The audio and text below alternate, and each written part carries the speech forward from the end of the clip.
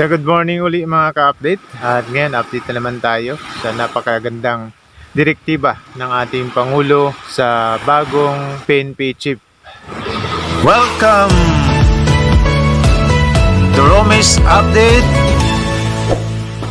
Channel. So yan nga mga ka-update, napakagandang kautusan ng ating Pangulo sa bagong PNP chief. Alam naman natin na ang itinalaga na ng ating Pangulo ay si General Nicolas Torre, no? Na talagang kilalang kilala pagdating sa tapang, sa husay, sa dedikasyon sa kanyang trabaho. Mamaya po mga ka-update, meron tayong papanoorin video tungkol doon sa naging kautusan ng ating Pangulo kay General Torre. Bagamat dito sa video na to na ating papanoorin ay hindi pa binanggit ni Pangulo kung sino yon, pero ngayon ay alam na natin. Mas maganda panoorin na natin yung video mga ka-update. Ano po yung magiging marching orders niyo doon sa bagong Chief PNP? Especially na gusto niyo i-intensify yung police visibility sa mga kalye. Well, what will I tell the new Chief PNP? The new Chief PNP is a very senior officer in the PNP. He knows the situation.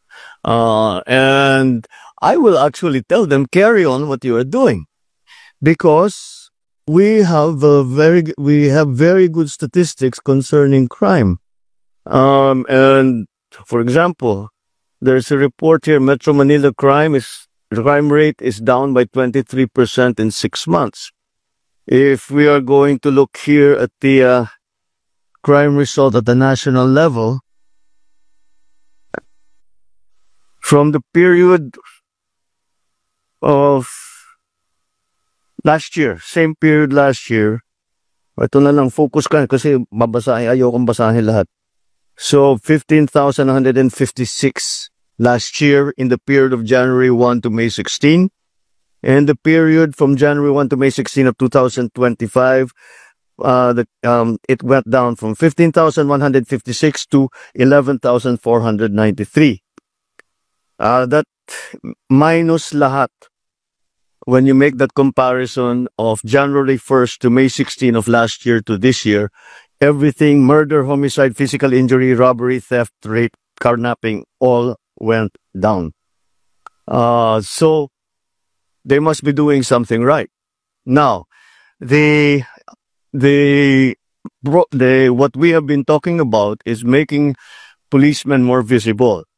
This is to make people feel safer. I perfectly understand that. I perfectly understand that.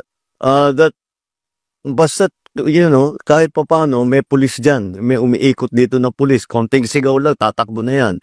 That's important. It's important to people.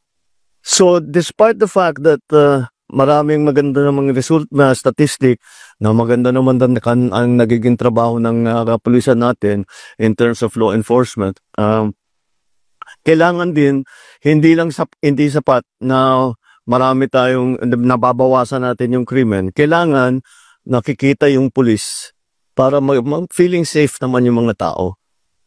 That's why this new program of Cops on the Beat has been initiated. Yun nga po mga ka-update nyo yung katotohanan. Kapag mayroon kang nakikitang pulis sa isang lugar, iiwasan yung mga krimen. Kahit nga lang yung maging maliwanag yung isang lugar. Baga may mga street lights na babawasan na yung krimen. How much more pa nga kung mayroon kang makikitang police personnel doon sa isang lugar. Tama yun, no? Yung sinabi ng Pangulo na hindi naman sapat yung datos na nababawasan yung krimen bawat taon. Hindi yun sapat. Bagkus dapat ay magkaroon ng mga talagang mga pulis sa bawat mga lugar. Makikita lalo na mismo sa bayan, sa mga liblib na lugar na dapat talaga may presensya ng kapulisan na makikita. O kahit na nga lang yung yung roving na lang nagagawin na bawat oras mayroong roving na gagawin Hindi lang yung magbibigay ng oras. Hindi dapat yung gano'n na ganitong oras, alas 11 ng gabi, magro-robing kami. So alauna ng gabi, magro-robing. So hindi naman dapat yung gano'n kasi malalaman.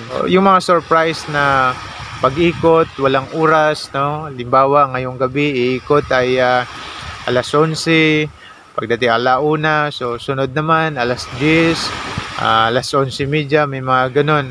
So talagang mababawasan yung krimen at yung may mga masasamang loob, talagang matatakot naman na gagawa ng krimen sapagkat mahuhuli agad sila. So yan po, napakagandang desisyon ng ating Pangulo. So sa hindi po nakagusto ng ating vlog, pasensya po, pero tayo po ay nasa katotohanan lamang. Sa nakagusto naman ng ating vlog na to, palike na lang po sa mismong video, pa-share na rin po at pa-subscribe na rin po sa aming maliit na channel. Maraming salamat sa panonood at suporta. Glory to our Lord Jesus Christ and God bless po sa ating lahat.